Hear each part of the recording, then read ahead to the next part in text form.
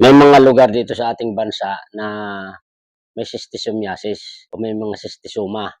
Yun ay isang uri ng parasite na pumapasok sa ating katawan na dumadaan sa mga skin pores. Ayon sa pag-aaral, hindi pumapasok sa katawan ng nag-iisa, laging mag-asawa. Kaya yun, pagdating sa loob ng katawan, itlog ng itlog. Kadalasan, ang tinitira nito yung ating atay. Ang iba'y pumupunta sa utak, kinakain nito yung atay. Masaklap nito, lumalaki yung tiyan, at ito yung nakamamatay.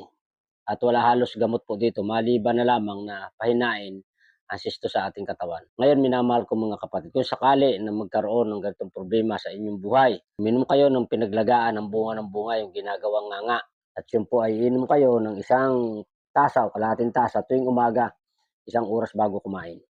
15 piraso, tutubigan nyo ng 2 litro, pakuluan nyo ng 30 minuto. Pag kumulo, alis ang takip, medyo hinaan ang apoy. Yan ang inumin nyo tuwing umaga, isang oras bago kumain. Pagpalain po kayo ng Panginoon.